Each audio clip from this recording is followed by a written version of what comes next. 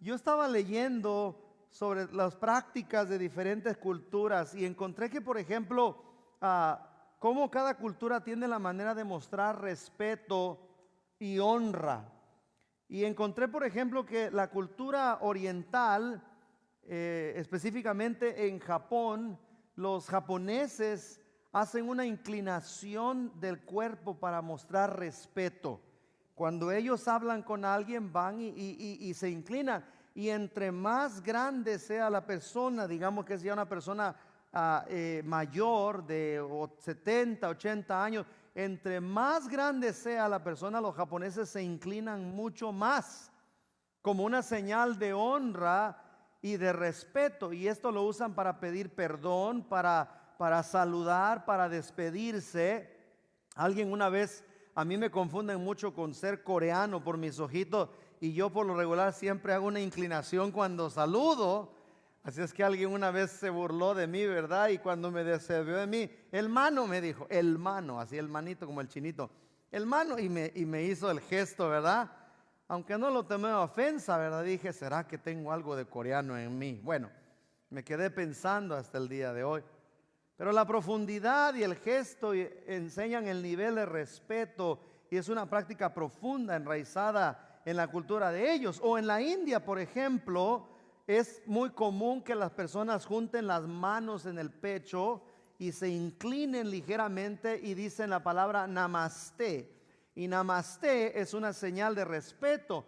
En zonas más tradicionales, los jóvenes le tocan los pies a los ancianos cuando ellos llegan, como una señal de honra y respeto. Y en países como Rusia o Bulgaria o Ucrania, por ejemplo, es costumbre que los más jóvenes se levanten cuando entra un adulto o una figura de respeto a la sala, como una forma de honrar la presencia del que ha entrado.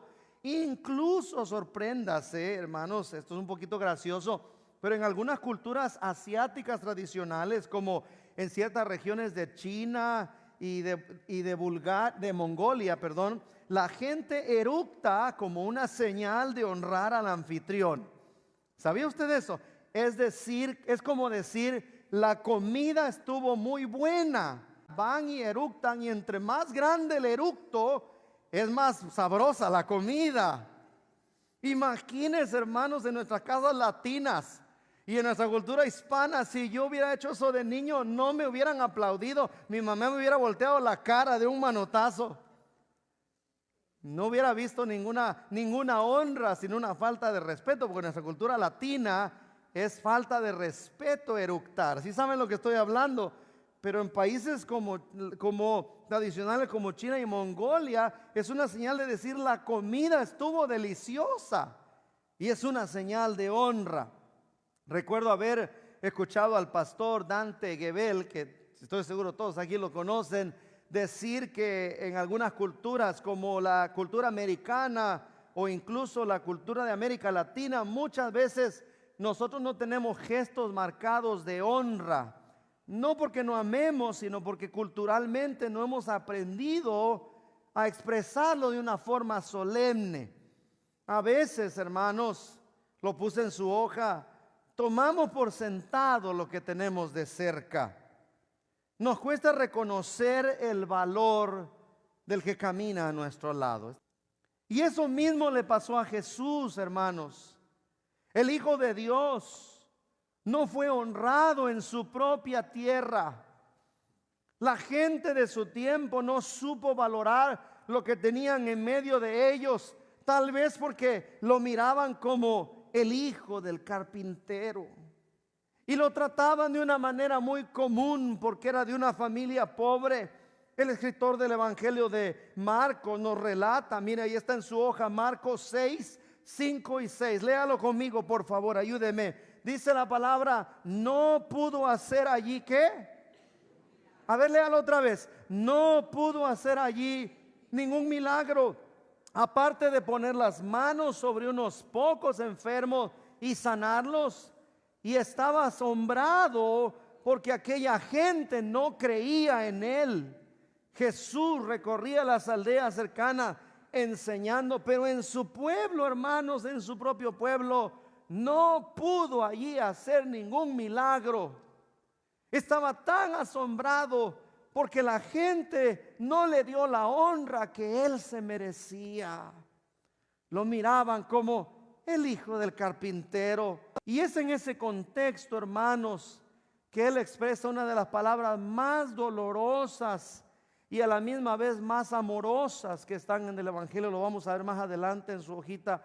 Jerusalén, Jerusalén, que matas a los profetas y apedreas a los que te son enviados. ¿Cuántas veces quise juntarte como la gallina junta sus polluelos, pero no quisiste? Y luego nos dice la palabra, Jesús lloró.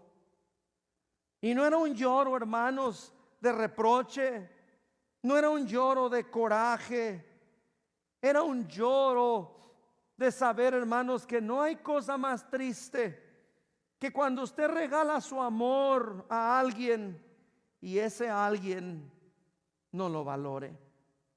¿Quién de nosotros, sabiendo que está en un lugar de peligro, decide quedarse allí? A ver, yo quiero ver las manos. Yo no sé, hermanos, pero cuando el peligro se asoma, por lo regular uno busca la manera más rápida de alejarse y de salir del peligro. Hace algunos años mi esposa y yo veníamos de regreso de nuestro viaje a México, y al llegar al aeropuerto de Houston, mientras caminábamos tranquilamente porque teníamos suficiente tiempo para la conexión de vuelo que nos traería a Oklahoma, y de repente, hermanos, vimos como un perro policía se lanzó hacia un hombre y lo tiró, y al instante el policía sacó el arma y le dio una orden: manos atrás. Mire, yo no sé si a mi esposa y a mí se nos activó el modo atleta olímpico en ese momento, pero hermanos, nuestros pasos empezaron a acelerarse como si estuviéramos compitiendo. No nos quedamos a investigar, no dijimos palabra, ella y yo, simplemente nuestras piernas hablaron por nosotros y empezamos a caminar. Lo único que sabíamos era que teníamos que alejarnos del peligro lo antes posible, como si estuvieran regalando boletos de primera clase en la siguiente sala. Y allá andábamos mi esposa y yo, huyendo del peligro. Pero Jesús hizo todo lo contrario. Él no se alejó del peligro. Jesús, sabiendo que sería abandonado por sus discípulos, escupido por la gente, abofeteado, maltratado y torturado por los golpes y látigos romanos, hermanos, Él perseveró hasta el fin. Cada paso que dio hacia Jerusalén era un paso hacia el dolor, y aún así, hermanos, lo hizo. ¿Por qué lo hizo? Porque el amor de Dios es ¿qué? El amor de Dios es ¿qué? El amor de Dios, hermanos, es a pesar de nosotros. Y yo quisiera, de una manera bíblica en esta mañana, y muy respetuosa, por supuesto, desmontar una idea peligrosa que muchos de nosotros podemos tener sobre el amor de Dios. Y me refiero a pensar que podemos ganarnos el cielo por nuestros propios méritos, hermanos. Vivimos en una sociedad que valora el mérito, la productividad y el rendimiento. Numerosos libros se han escrito sobre cómo ser mejores, sobre cómo rendir, sobre cómo ser exitosos. Y todo esto es muy bueno, hermanos. Todos los que estamos aquí debemos superarnos. Amén. Debemos abandonar un poquito el Facebook. ¿Está de acuerdo conmigo? ¿Alguien dice amén a eso? Abandonar un poquito el TikTok. Amén. Abandonar un poquito las páginas que no nos ayudan y que nos mantienen así por horas. Todos debemos superarnos, debemos leer un libro, debemos aprender una nueva tarea. Todo eso es bueno, pero jamás debemos olvidarnos de esta gran verdad, hermano. Nada de lo que hagamos, absolutamente nada, puede comprarnos el cielo. Nada de lo que hagamos. Ninguno de nosotros puede decir: yo me he ganado el cielo. Un día estaba la madre de dos discípulos de Jesús. Precisamente esta mujer se llamaba Salomé y era la mamá de Jacobo y de Juan. Y un día, hermano, Salomé, la mamá de Jacobo y Juan, que eran los hijos de Zebedeo, se acercó a Jesús con una petición muy especial. El Evangelio de Mateo nos dice, está en su hoja, mire qué dice: entonces se le acercó la madre de los hijos de Zebedeo con sus dos hijos, postrándose ante él y pidiéndole algo. ¿Qué le pidió? Usted lo va a leer en casa. Ella le pidió que cuando Jesús viniera en su reino, permitiera que uno de sus hijos se sentara a la derecha y el otro se sentara a su izquierda. Como toda madre, ella quería lo mejor para sus hijos, y teniendo a Jesús frente a ella, dijo: esta es mi oportunidad. Yo quiero rogarle al maestro. Ahora, no me lo tome a mal, no lo hizo con altivez, no fue a ordenarle a Jesús. La Biblia nos dice que ella se postró ante él. El deseo de esta madre es la de todas, que quieren lo mejor para sus hijos. Y Jesús no le reprocha que le haya pedido eso. Jesús no la reprende y le dice: mujer, ¿cómo te atreves a pedir eso?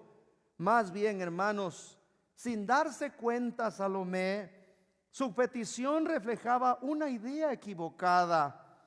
Es la idea, hermanos, de que el cielo o los puestos de honor en el reino de los cielos se pueden conseguir, ya sea por la cercanía a Dios o por favoritismos o por méritos personales. Y esa idea, hermanos, simplemente no es bíblica. Pero todavía sigue el día de hoy. Por ejemplo, en los años, en los años 30, el millonario John D. Rockefeller, que tal vez usted ha conocido, fue uno de los más millonarios que dio cantidades de dinero, y era una persona que era profundamente religiosa y ayudó a muchas universidades de renombre y donó mucho dinero a iglesias para que templos se levantaran.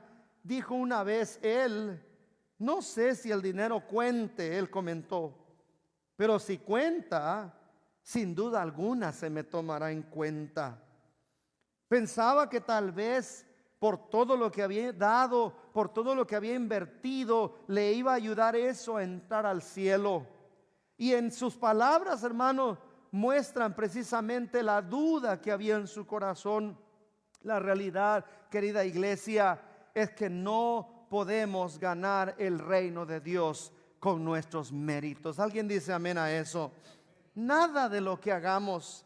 Y fíjese, nuestra mente, hermanos, es tan finita porque Dios ama tanto a aquel que se dedica a Él y que es el más santo para Él, así como ama de la misma manera a aquel que no quiere saber nada de Él.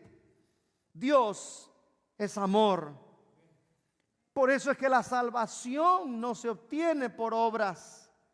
No se trata de hacer, hermanos, no se trata de lograr. Delante de Dios solo se trata de aceptar.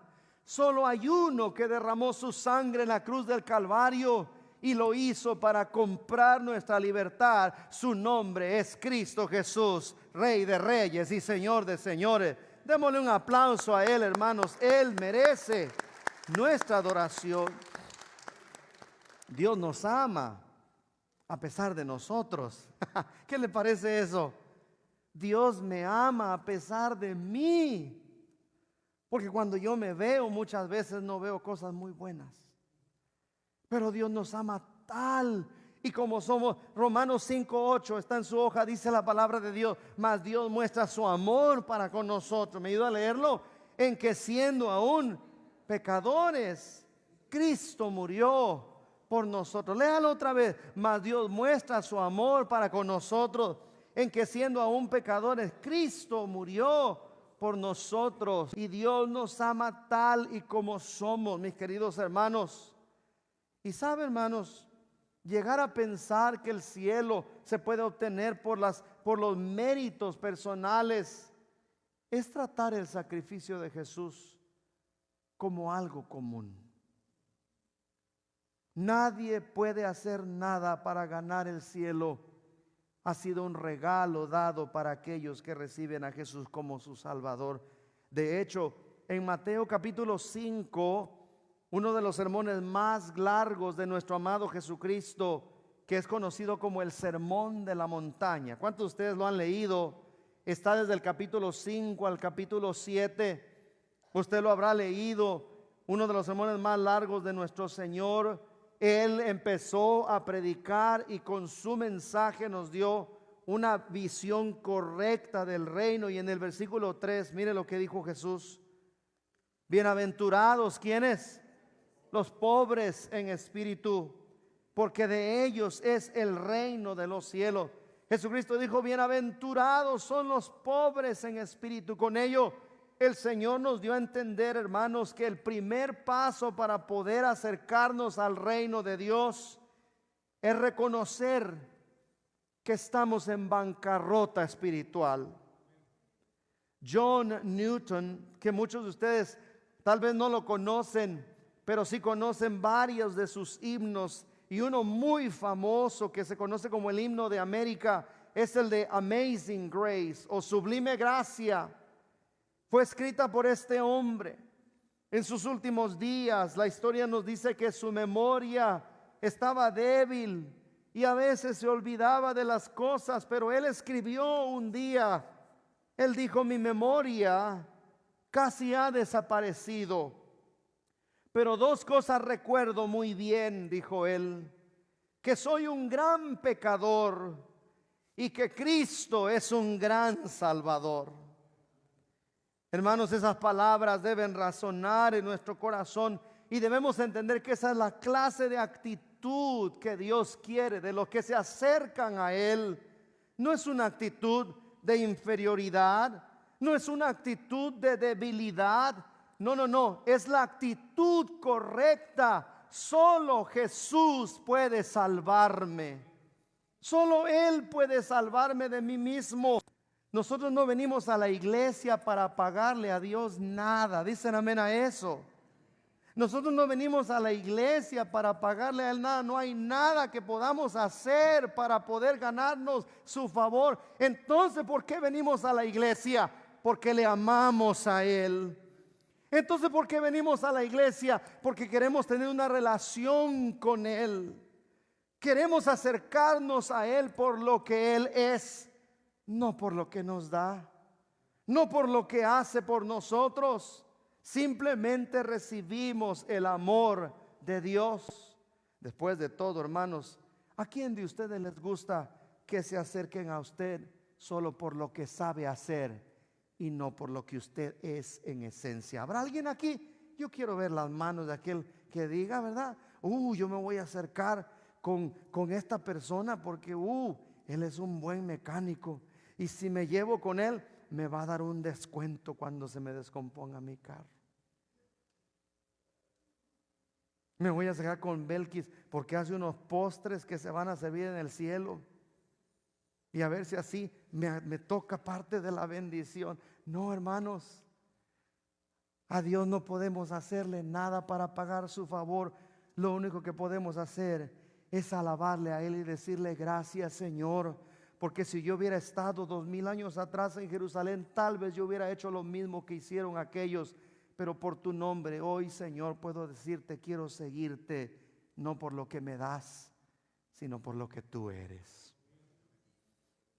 Por eso, hermanos, estoy ya terminando. Lo que debemos hacer en este segundo punto ante este amor dado a nosotros. Tengo que leer dos pasajes para que podamos entender y entrelazarlos. ¿Qué le parece si lo lee conmigo? ¿Me ayuda? Dice la Biblia, Mateo 21, 8 al 9. Léalo conmigo. Había mucha gente. Trate de imaginarlo. Unos tendían sus capas por el camino y otros tendían ramas que cortaban de los árboles. Y tanto los que iban delante como los que iban detrás gritaban, Hosana al Hijo del Rey David. Bendito el que viene en el nombre del Señor. Hosana en las alturas. Mateo 23, 37, léalo conmigo. Jerusalén, Jerusalén, que matas a los profetas y apedreas a los mensajeros que Dios te envía. ¿Cuántas veces quise juntar a tus hijos como la gallina junta sus pollitos bajo las alas, pero no quisiste? Hermanos, Mateo 23:37, de hecho, la expresión viene antes de la entrada triunfal a Jerusalén. Voy a tratar de ejemplificarlo rapidito. Ustedes y yo, hermanos, nosotros los seres humanos no conocemos el corazón humano, solo Dios. Pero en aquel tiempo Jesús entró montado en un pollino, y la gente que lo vio, para dar un poquito del contexto, hermanos, los reyes no montaban limusinas como el día de hoy. En el tiempo antiguo los reyes se subían tampoco en caballos. Los reyes de las naciones se montaban en burritos. Esa era una señal de realeza, y Jesús, antes de entrar a su muerte, hermanos, se sube a un burrito, y con ese burrito entra. Algunos de ustedes conocen la famosa canción: con mi burrito sabanero voy camino de Belén. Yo no sé si era sabanero, pero sí sé que era un burrito.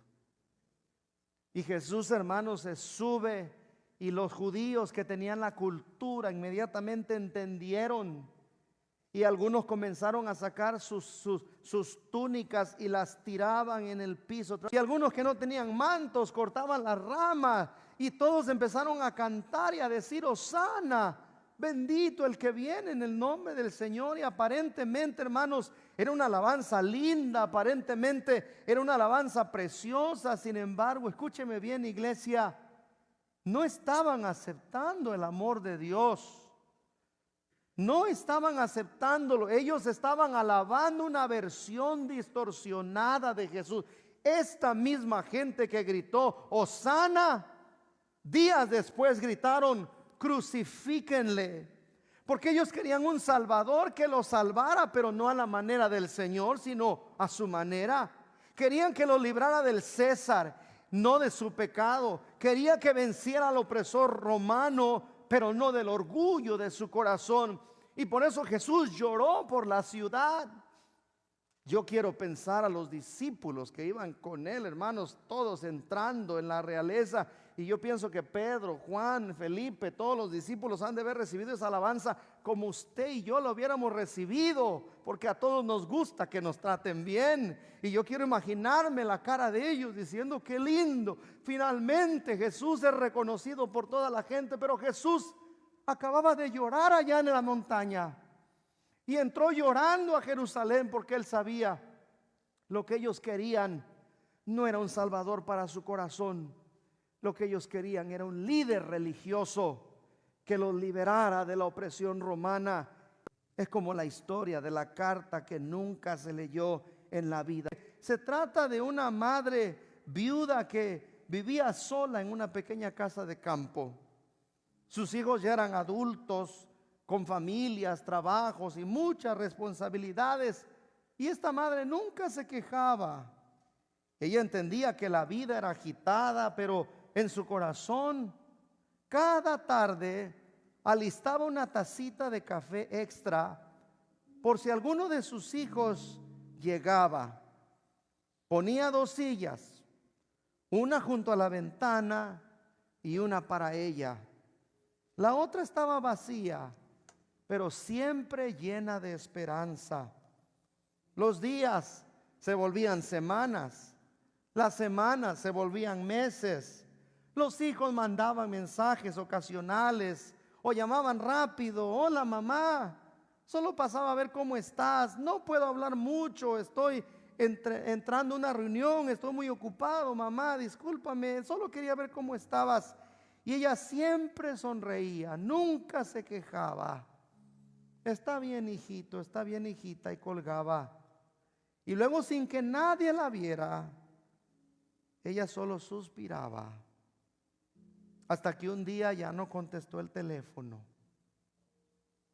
Sus hijos fueron a verla, pero ya era demasiado tarde.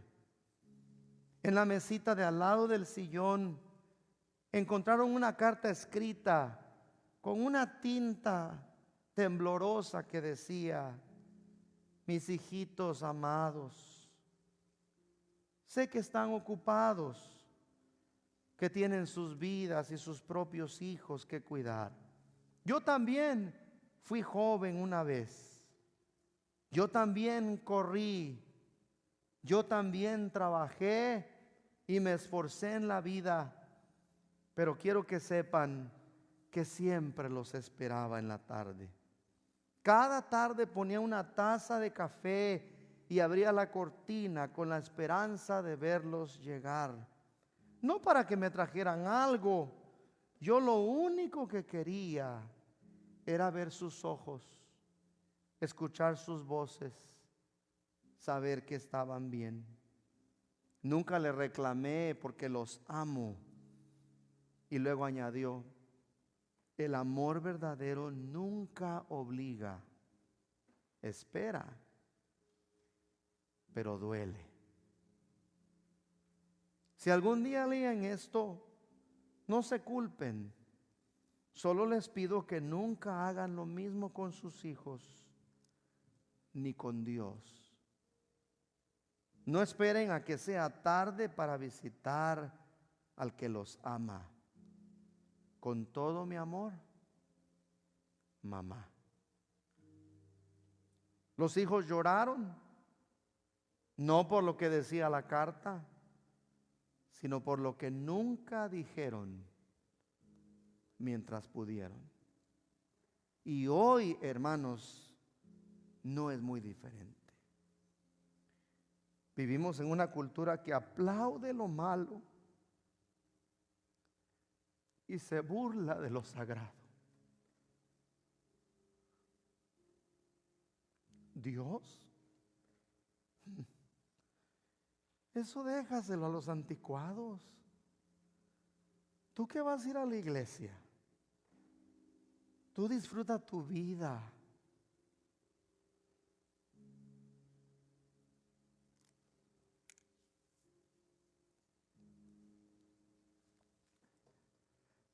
Y el amor de Dios es tratado como una mercancía,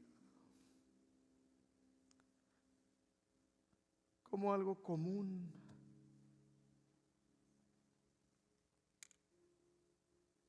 No podemos ganarnos el cielo, pero sí podemos entender, hermanos, que lo que Dios quiere. Gracias, mi hermanita. Gracias, muchas gracias.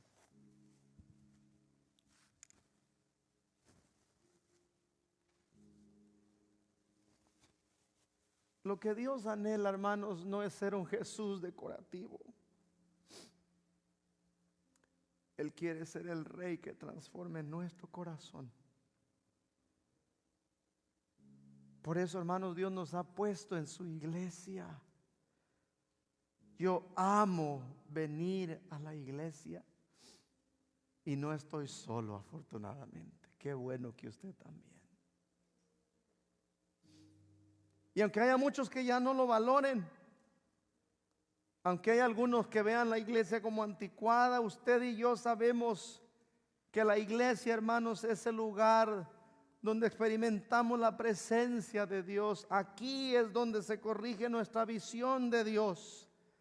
Aquí es donde aprendemos a amarlo de verdad. Aquí es donde lo recibimos nosotros, ya no con palmas, hermanos, ya no con mantos. Aquí lo recibimos con un corazón agradecido. Un corazón que le dice, Señor, gracias por haberme salvado. Gracias porque pagaste el cielo y compraste el cielo para mí. Porque no podemos esperar nada de esta vida, querida iglesia. Aunque tengamos una buena casa y un excelente carro y tengamos dinero, tarde que temprano nos vamos a ir de este mundo. Lo que realmente vale nunca se puede tocar. El amor no se puede tocar, solo se puede recibir. Por eso, hermanos, ¿qué podemos hacer? Debemos recibir el amor de Dios. Hermanos, vale la pena congregarse. Vale la pena levantar el domingo a nuestros hijos temprano y decirles, hijos, vamos a la iglesia. Me acuerdo de una persona que un día dijo, ay, disculpe hermanos que lloré, pero usted tiene la culpa. Me acuerdo claramente de una persona que dijo un día, mamá, era un predicador muy importante, de hecho, a su tiempo. No le quiero dar la información falsa porque no me viene el nombre, pero él le dijo a su mamá, hoy no quiero ir a la iglesia. Hoy no quiero ir a la iglesia. Y su mamá le dijo, hijito, no te preocupes, eso es normal, le pasa a todos. Y él dijo, ay, gracias. Entonces está bien que no vaya a la iglesia. No, hoy ve sin ganas. Hoy ve sin ganas a la iglesia. Porque Dios te va a amar más. Porque va a ver que a pesar de que no sentías en tu corazón, fuiste a la casa de Dios, hermanos. Vale la pena formar parte de una comunidad espiritual. Vale la pena tener un corazón para Dios. Porque aquí, hermanos, aprendemos a no repetir el error de Jerusalén. El alabar a Dios con labios solamente. Y levantar palmas, pero restringir nuestro corazón. Se lo digo con un amor pastoral, hermanos. Continúe viniendo a la casa de Dios. Levántese temprano el domingo. Venga, hermanos, no con palmas exteriores, sino con un corazón agradecido. Nosotros no seremos como esa ciudad que celebró con palmas, pero rechazó con el alma.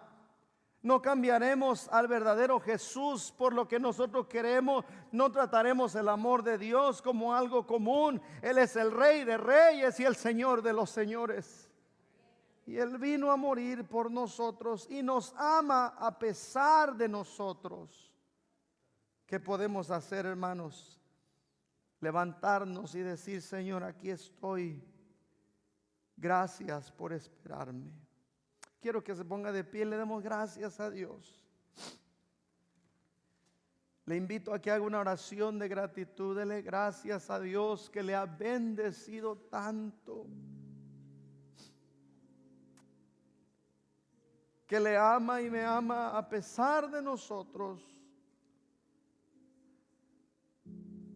Padre, desde hace tiempo que te hubieses decepcionado de mí. Desde hace tiempo, Señor, que te hubieras decepcionado de mí, pero tú eres tan lindo. Y tú amas, Señor, a pesar de cómo somos. Pero, Señor, así está tu corazón, como el de aquella madre cuyos hijos no la valoraron hasta el final de sus días, cuando ya era demasiado tarde. Perdóname, Señor, cuando te tomo por sentado. Dígale a Él, perdóname. Perdóname cuando tomo tus bendiciones como algo común. Perdóname, Señor, aún hasta cuando no tomo de las cosas tuyas como una prioridad. Y aquí estamos, Señor, tu iglesia, esta pequeña iglesia, Señor, a la que tú nos has llamado y nos has invitado para que nosotros podamos ser los portadores del amor de Dios hacia los demás. En un mundo que aplaude la falsedad y critica lo sagrado, nosotros, Señor, estamos para decirte, Señor, te vamos a honrar, aunque solo seamos pocos. Señor, tú mereces ser reconocido en nuestra vida. Por eso, Señor, hoy, a través de los ojos del Espíritu, permítenos abrazarte. Permítenos decirte, ven a mi corazón, oh Cristo. Dígale conmigo, iglesia, ven a mi corazón, oh Cristo. Encuentra en mi corazón un lugar abierto para ti. Cámbialo, renuévalo, levántalo. Enséñame, Señor, a valorarte. Enséñame a amarte, aun cuando no entiendo. Tú perseveraste hasta el fin.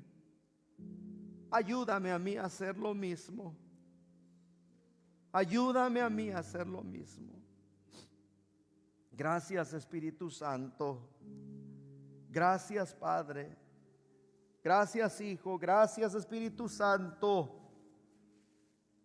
por la obra redentora que has hecho en mi vida. En el nombre de Cristo Jesús. Todos decimos amén, amén.